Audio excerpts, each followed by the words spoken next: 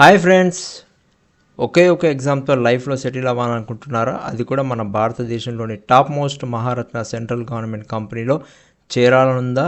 అయితే మీకోసం Hindustan petroleum corporation limited HPCL నుండి మాత్రం ఒక మైండ్ బ్లోయింగ్ అఫీషియల్ నోటిఫికేషన్ అయితే వచ్చేసింది. ఇందులో ఫ్రెషర్స్తో పాటు ఎక్స్పీరియన్స్ ఉన్న వాళ్ళు కూడా అద్భుతమైన ఆఫీసర్ పోస్టులు ఉన్నాయి. సంవత్సరానికి కనీసం 10 లక్షల నుండి 49 లక్షల వరకు ప్యాకేజీలు అయితే ఉన్నాయండి. పోస్టులను బట్టేసి సువర్ణ అవకాశం అండి. ఇటువంటి అవకాశం మళ్ళీ రాదు. ఖచ్చితంగా మిస్ చేసుకోకుండా ఆపర్చునిటీ వారు మాత్రం అప్లై చేసుకోండి. ఇక గేట్ స్కోర్ లేకుండా డైరెక్ట్ ఎగ్జామ్ ద్వారా సెలెక్ట్ చేస్తారు. ఈ వీడియోలో అసలు ఏ పోస్టులు ఉన్నాయి, ఎన్ని పోస్టులు ఉన్నాయి, ఎలా అప్లై చేసుకోవాలి, ఎగ్జామ్ ప్యాటర్న్ ఎలా ఉంటుంది అన్నీ క్లియర్గా మీకు ఎక్స్ప్లెయిన్ చేస్తాను. కాబట్టి చివరి వరకు వీడియోని ఎక్కడ కూడా స్కిప్ చేయకుండా లాస్ట్ వరకు చూడండి. అలాగే మన ఛానల్ని కూడా సబ్స్క్రైబ్ చేసుకోండి. వీడియోని మీ ఫ్రెండ్స్ అండ్ ఫ్యామిలీ మెంబర్స్కి షేర్ చేయండి, లైక్ చేయండి. అండ్ ఎవరైతే అప్లై చేస్తున్నారో వారందరూ కూడా కామెంట్ సెక్షన్లో అప్లైడ్ అని చెప్పేసి కామెంట్ చేయండి.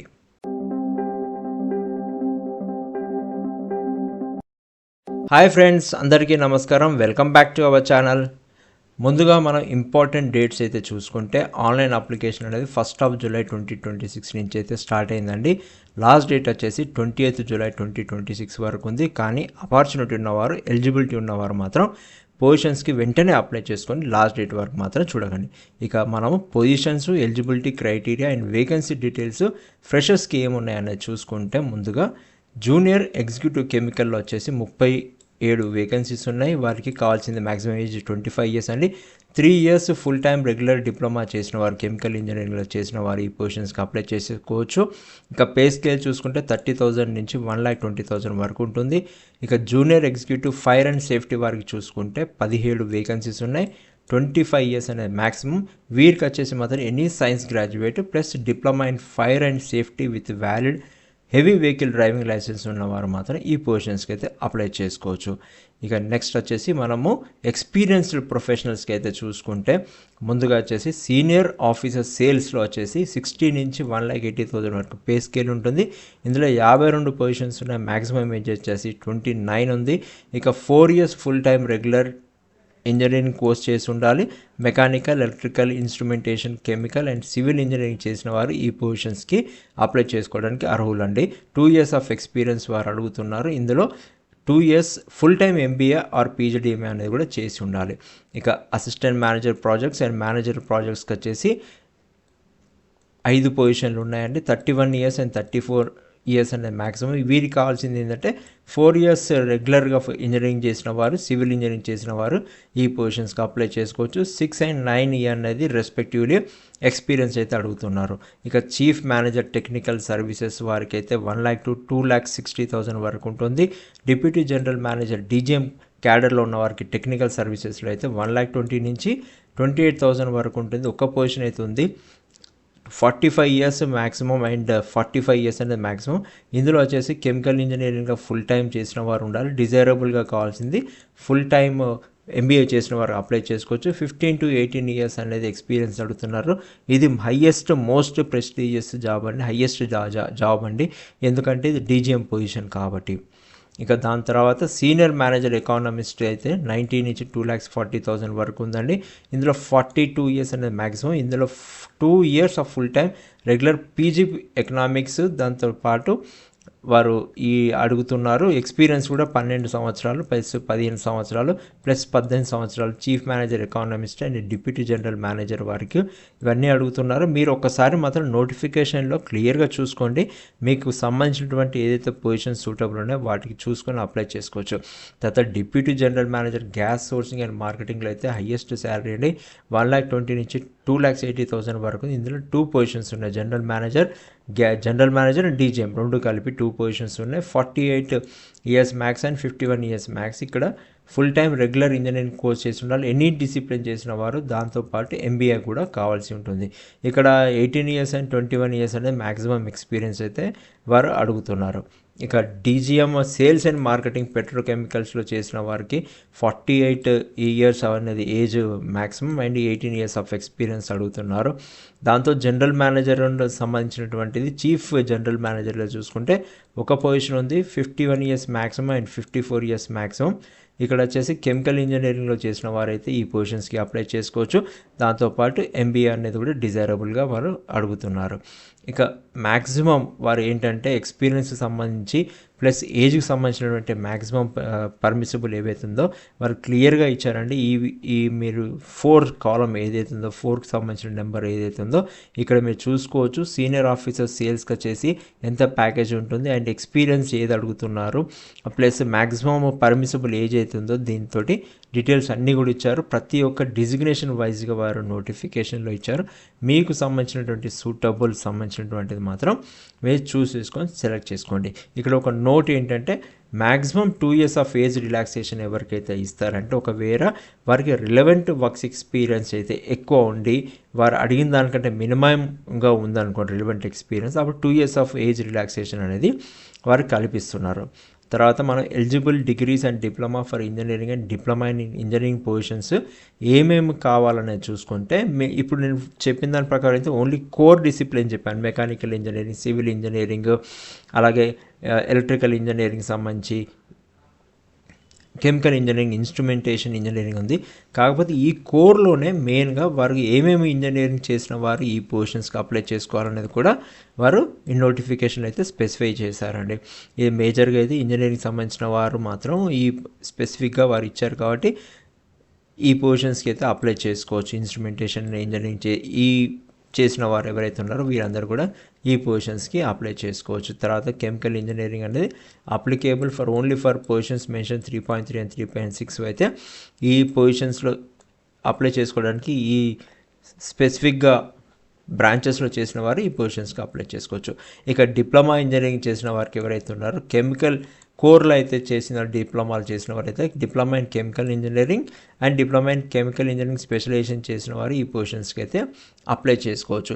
ఇక్కడ అన్ని పొజిషన్స్కి మాత్రం చూసుకుంటే మినిమం 65% మార్క్స్ అనేది అగ్రిగేట్ బేస్లో అయితే ఉండాలి. ఎవరికంటే అన్రిజర్వ్డ్, ఓబీసీ అండ్ ఈడబ్ల్యూఎస్ వారికి 55% అగ్రిగేట్ బేసిస్ అనేది ఫర్ ఎస్సీ ఎస్టీ పీడబ్ల్యూబీడీ క్యాండిడేట్స్కి అయితే ఉండాల్సి ఉంటుంది.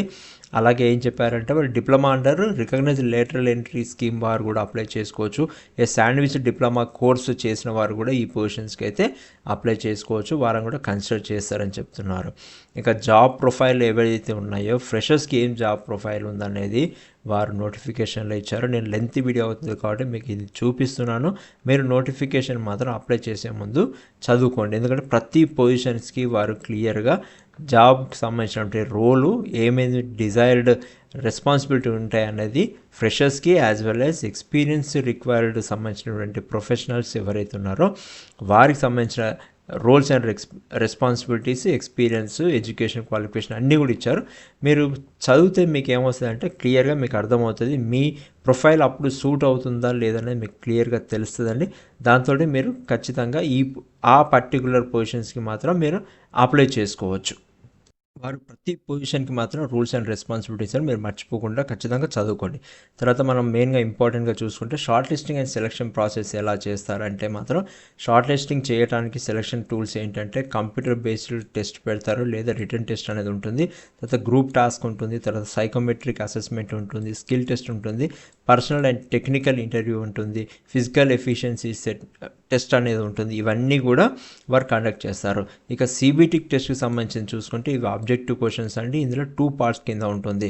ఫస్ట్ పార్ట్ వచ్చేసి general aptitude consisting of general English, QA, intellectual potential test అనేది logical reasoning and data interpretation సంబంధించినటువంటి క్వశ్చన్స్ సంబంధించినటువంటిది పార్ట్ 1లో ఉంటుంది. పార్ట్ 2 వచ్చేసి మీ యొక్క టెక్నికల్ అండ్ ప్రొఫెషనల్ నాలెడ్జ్ సంబంధించినటువంటి మీ క్వాలిఫైడ్ రిలవెంట్ డిగ్రీకి సంబంధించినటువంటి ఎడ్యుకేషనల్ బ్యాక్గ్రౌండ్ సంబంధించినటువంటి పొజిషన్ సంబంధించిన క్వశ్చన్స్ అయితే అడుగుతారు. ఇవి ఈ విధంగా 2 parts అని చేశారు. ఇక్కడ సిబిటి టెస్ట్ అనేది టెంటేటివ్లీ ఆగస్టు కానీ సెప్టెంబర్ 2026లో అనేది మాత్రం వారు కండక్ట్ చేస్తారని చెప్పేసి నోటిఫికేషన్లో మెన్షన్ చేశారు. తర్వాత వచ్చేసి అప్లికేషన్స్ అయితే స్క్రూటినీ అయిపోయిన తర్వాత మీ డాక్యుమెంట్స్ ఏవైతే మీరు అప్లోడ్ చేస్తారో స్క్రూటినీ అయిన తర్వాత షార్ట్ లిస్టింగ్ చేసిన తర్వాత వారిని కంప్యూటర్ బేస్డ్ టెస్ట్కి మాత్రం పిలవడం అనేది జరుగుతుంది. కంప్యూటర్ బేస్డ్ టెస్ట్ జరిగిన తర్వాత గ్రూప్ టాస్క్కి అండ్ పర్సనల్ ఇంటర్వ్యూకి మాత్రం పిలవడం అనేది జరుగుతుందండి. పర్సనల్ ఇంటర్వ్యూ జరిగేటప్పుడు మాత్రం డాక్యుమెంట్ వెరిఫికేషన్ అనేది కూడా జరుగుతుంది. కాబట్టి మీరు వెళ్ళేటప్పుడు ఆ రోజు మాత్రం ఖచ్చితంగా మీకు సంబంధించినటువంటి ఒరిజినల్ డాక్యుమెంట్స్ అన్నీ కూడా మీరు ఏవైతే ఆన్లైన్లో అప్లై చేస్తున్నారో ఆ డాక్యుమెంట్స్ అన్నీ కూడా తీసుకొని వెళ్ళాల్సి ఉంటుంది. ఇంకొకటి ఏంటంటే మీ గ్రూప్ టాస్క్ను పర్సనల్ ఇంటర్వ్యూ జరగకంటే ముందు సైకోమెట్రిక్ అసెస్మెంట్ అనేది కూడా మీకు జరుగుతామని చూస్తుంటుంది. తర్వాత ప్రతి టెస్ట్లో మినిమం క్వాలిఫైయింగ్ మార్క్స్ అనేది మాత్రం సెలెక్టెడ్ క్యాండిడేట్స్ అయితే స్కోర్ చేయాల్సి ఉంటుంది. కానీ ఫైనల్ లిస్ట్ అనేది మెరిట్ ద్వారానే మినిమం మార్క్స్ చూసుకొని అందులో మెరిట్ ఏదైతే ఎవరికైతే వస్తుందో వారిని మాత్రం సెలెక్ట్ చేసుకోవడం అనేది జరుగుతుంది. వారికే ఆఫర్ ఆఫ్ అపాయింట్మెంట్ అనేది మాత్రం పంపించడం అనేది జరుగుతుంది, వేకెన్సీస్ అవైలబుల్ ఉన్న దాన్ని బట్టేసి.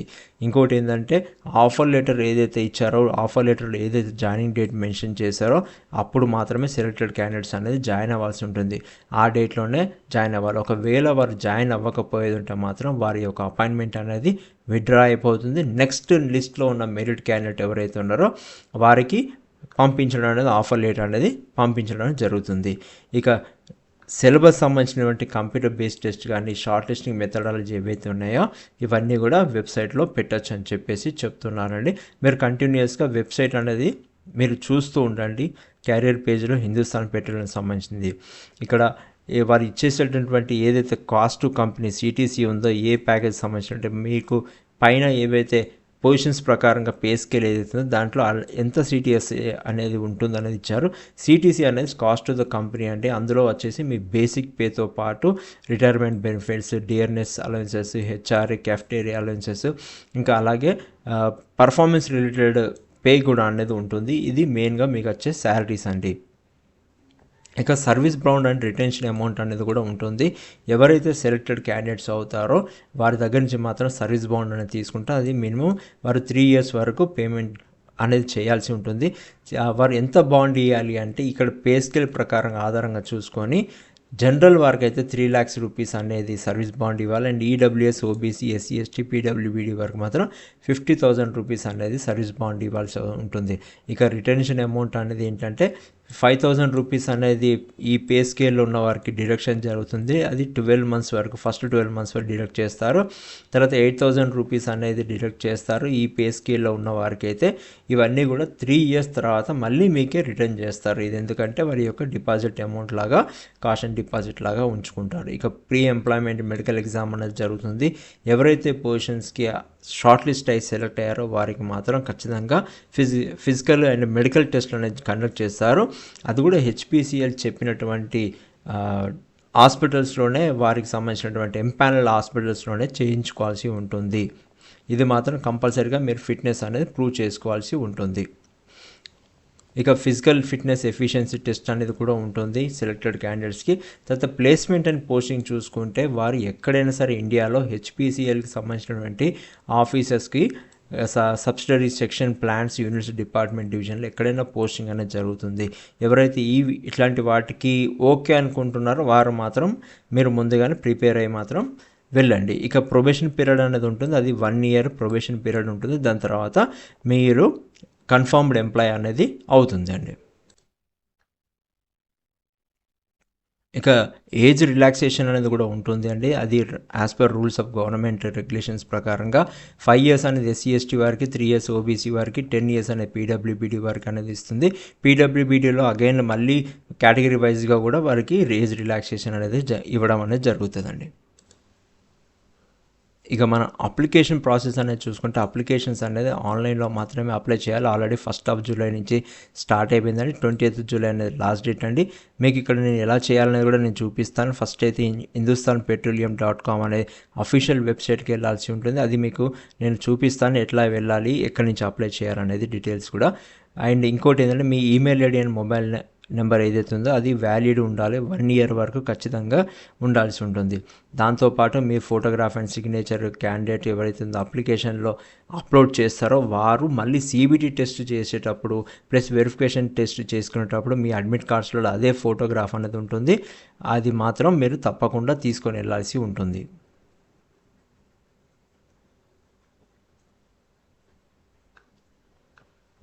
ఇక కొన్ని పొజిషన్స్కి అప్లై చేసిన వారు ఏమవుతుందంటే ఒక్కొక్కసారి వారు ఈ మెయిల్ ద్వారా అయితే వారికి మెయిల్ వస్తుంది. వచ్చిన తర్వాత మీకు ఆన్లైన్లో అప్లై చేసిన తర్వాత కూడా ఒకవేళ మీకు సంబంధించినటువంటి డాక్యుమెంట్స్ క్లియర్ లేకుంటే మాత్రం వారు మళ్ళీ ఈ మెయిల్కి మళ్ళీ మిమ్మల్ని పంపించమని చెప్తారు. అది అట్లా పంపించకపోతే కూడా మీకు డెడ్లైన్ లోపు పంపించకపోతే మాత్రం రిజెక్షన్ అయ్యే ఛాన్సెస్ ఉంటుంది. కాబట్టి మీరు అప్లై చేసేటప్పుడు ఏదైతే మెయిల్ ఐడి ఇచ్చారో దాన్ని మీరు రెగ్యులర్గా చెక్ చేస్తూ ఉండండి. ఇంకా మనం అప్లికేషన్ ఫీజు సంబంధించినటువంటి డీటెయిల్స్ అనేది చూసుకుంటే ఎస్సీ ఎస్టీ పీడబ్ల్యూబీడీ వారికి మాత్రం ఎటువంటి ఫీజు లేదండి. UR and OBC and EWS వారికి మాత్రం వచ్చేసి 1000 రూపీస్ ప్లస్ జీఎస్టీ కింద కలుపుకొని 1180 రూపీస్ అనేది అప్లికేషన్ ఫీజు అనేది పేమెంట్ చేయాల్సి ఉంటుంది. అది కూడా పేమెంట్ మోడ్ వచ్చేసి ఆన్లైన్లో చేయాలి. Debit card, credit card, UPI, net banking ద్వారా అనేది చేయాల్సి ఉంటుంది. ఇక జనరల్ ఇన్స్ట్రక్షన్ చూసుకుంటే only Indian nationals are eligible to apply అంటే ఇక్కడ మనం పాన్ ఇండియాలో ఉన్న వాళ్ళందరూ కూడా ఈ పొజిషన్స్కి అప్లై చేసుకోవచ్చు. మన ఆంధ్రప్రదేశ్ అండ్ తెలంగాణ వారు కూడా ఖచ్చితంగా ఈ పొజిషన్స్కి అయితే మిస్ చేసుకోకుండా అప్లై చేసుకోండి. ఒకవేళ ఎలిజిబిలిటీ ఉంది, ఆపర్చునిటీ ఉంటే మాత్రం. మీకు ఏమన్నా డౌట్స్ ఉన్నాయి, క్వేరీస్ ఉన్నాయి అనుకుంటే మాత్రం ఇక్కడ ఇచ్చిన మెయిల్కి మాత్రం మీరు పొజిషన్ నేమ్తో రాసుకొని అప్లికేషన్ నెంబర్ వేసేసి మీరు మీ క్వేరీస్ని అనేది పంపించవచ్చు.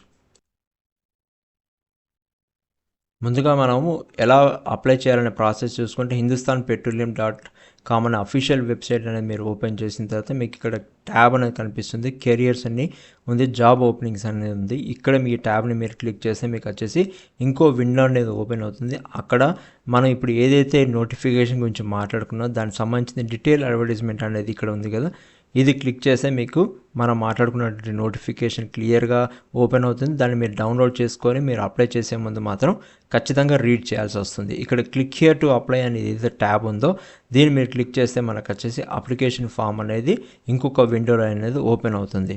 ఆల్రెడీ సైన్ ఇన్ చేసుకున్న వారైతే ఇక్కడ ఈమెయిల్ ఐడి, పాస్వర్డ్ ఇచ్చేసి క్యాప్చా ఇచ్చేసి సైన్ ఇన్ చేసుకోవచ్చు. ఒకవేళ ఫస్ట్ టైం రిజిస్ట్రేషన్ చేసుకున్న వారైతే మాత్రం ఇక్కడ sign up for new registration అనేది మీరు క్లిక్ చేస్తే మీకు వచ్చేసి ఈ విధంగా పర్సనల్ డీటెయిల్స్, రిజిస్ట్రేషన్ డీటెయిల్స్ సంబంధించింది అనేది వారు అడుగుతారు. ఈ ఫామ్ని మాత్రం మీరు జాగ్రత్తగా ఫిలప్ చేసుకున్న తర్వాత ఇక్కడ email ID and confirmation email ID ఇచ్చిన తర్వాత మీకు అది వెరిఫై అవుతుంది. తర్వాత రిజిస్టర్ అని కొట్టిన తర్వాత మీకు రిజిస్ట్రేషన్ ఐడి అనేది క్రియేట్ అవుతుంది. దాని తర్వాత మీరు రిజిస్ట్రేషన్ వెళ్ళేసి అక్కడ మీరు మీ సైన్ ఇన్ చేసుకోవచ్చు. ఇక్కడ ఈమెయిల్ ఐడి, పాస్వర్డ్ అనేది ఇచ్చేసి. ఇక ఫ్రెండ్స్, ఎవరైతే ఈ పొజిషన్స్కి అయితే అప్లై చేస్తున్నారో వారందరికీ కూడా నా తరపు నుంచి ఆల్ ద బెస్ట్ అండి. అండ్ ఇప్పటివరకు ఛానల్ని సబ్స్క్రైబ్ చేసుకోకుంటే మాత్రం ఖచ్చితంగా సబ్స్క్రైబ్ చేసుకోండి. ఈ వీడియోకి లైక్ చేయండి and me friends and family members కూడా షేర్ చేయండి. Thank you. All the best once again.